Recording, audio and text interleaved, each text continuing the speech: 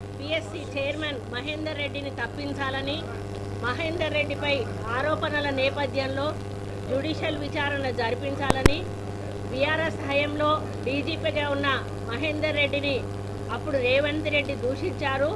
Public service commission సభ్యుడిగా ఆంధ్ర వ్యక్తిని ఎలా నియమించారు, వాళ్ళు తెలంగాణ యువతకి ఏం న్యాయం చేస్తారు, రాజకీయాలకు సంబంధం ఉన్న వారిని కమిషన్ సభ్యులుగా నియమించబోమని సీఎం అన్నారు.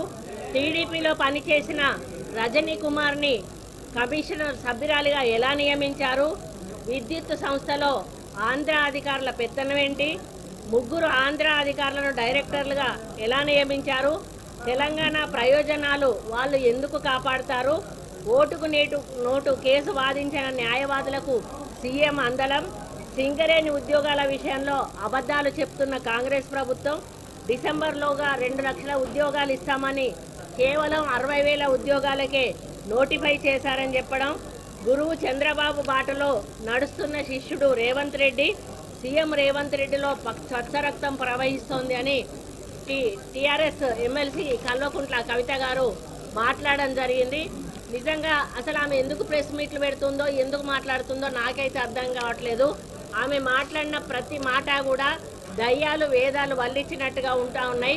9.5 సంవత్సరాల వాళ్ళ కాలంలో తెలంగాణ కొట్లాడి తెచ్చుకున్న తెలంగాణ వాళ్ళ చేతిలో పెడితే తెలంగాణకు న్యాయం చేయలేదు, తెలంగాణ యువతకు న్యాయం చేయలేదు, ఎక్కడ అభివృద్ధి లేదు, నీళ్లు కానీ నిధులు కానీ నియామకాల విషయంలో పూర్తిగా నిర్లక్ష్యం చేసి యువత భవిష్యత్తును ప్రశ్నార్థకంగా చేసి తెలంగాణ అభివృద్ధిని మరి ఎక్కడ వేసిన గొంగలి అక్కడే ఉన్నట్లుగా చేసి ఒక 2 నెలలు కూడా మా ప్రభుత్వం వచ్చి కాకముందే ఈరోజు ప్రభుత్వంపై 10 సంవత్సరాలు పరిపాలించిన వాళ్ళు మాట్లాడడం అనేది హాస్యాస్పదంగా ఉందని ఈ సందర్భంగా నేను కవిత గారికి చెప్తా ఉన్నాను.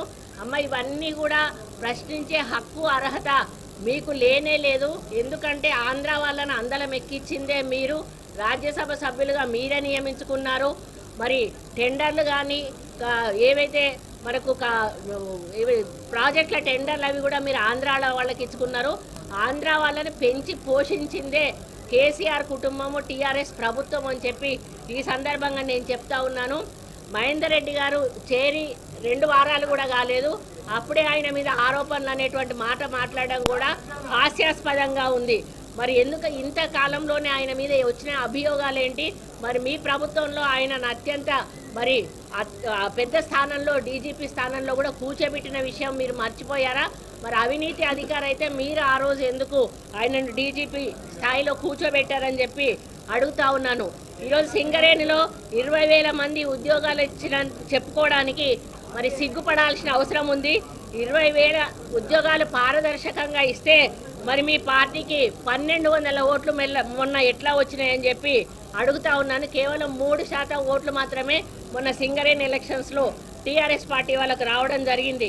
ఈరోజు కంపాషనేట్ గ్రౌండ్ల నియామకం గురించి మాట్లాడే హక్కు కూడా కవితకు లేదు అని చెప్పి ఈ సందర్భంగా చెప్తా ఉన్నాను. మెడికల్ బోర్డును దళారీ వ్యవస్థగా మార్చింది మీరు. ఒక్కో కార్మికుడు అన్ఫిట్ కావడం నుంచి వారసునికి ఉద్యోగం ఇచ్చేంత వరకు ప్రతి చోట టీఆర్ఎస్ దళారులు ఉన్న విషయాన్ని ఈ సందర్భంగా నేను గుర్తు చేస్తా ఉన్నాను. 32 లక్షల మంది నిరుద్యోగులు మాపై ఎంతో విశ్వాసం ఉంచి ఈరోజు మమ్మల్ని కాంగ్రెస్ పార్టీని అధికారంలో తీసుకొచ్చారు. వాళ్ళు మాపై ఉంచిన నమ్మకాన్ని వమ్ము చేయకుండా మా ప్రభుత్వం పూర్తిగా వారికి ప్రభుత్వ ఉద్యోగాలు ఇచ్చేటువంటి బాధ్యత తీసుకుంటుందని సందర్భంగా నేను తెలియజేస్తా ఉన్నాను. మరి ఇంతకాలం పోలీసులు బీఆర్ఎస్లో ఉన్నటువంటి ప్రభుత్వం పోలీసు విభాగ అత్యున్నత అధికారి డీజీపీ హోదాలో మహేందర్ రెడ్డిని పెట్టిన విషయం మనందరికీ కూడా తెలుసు.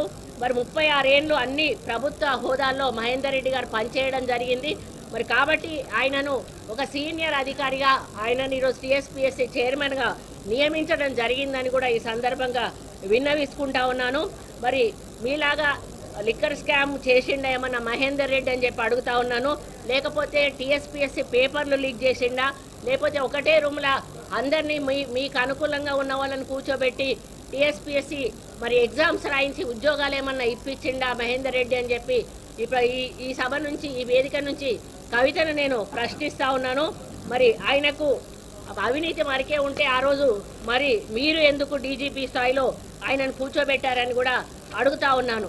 మరి రాష్ట్ర నిరుద్యోగులకు ఉద్యోగాలు రాకుండా చేయాలని ఈరోజు బీఆర్ఎస్ కుట్ర పన్నుతా ఉన్నది.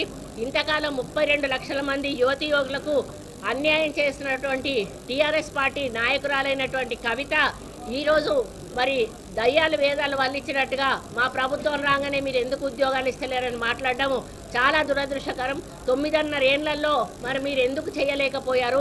కనీసం 2 నెలలు కాకముందే ఈ ప్రభుత్వం చేస్తలేదు అని ప్రశ్నించే హక్కు మీకు లేదు అని చెప్పి ఈ సందర్భంగా మరి ఆమెని హెచ్చరిస్తా ఉన్నాను.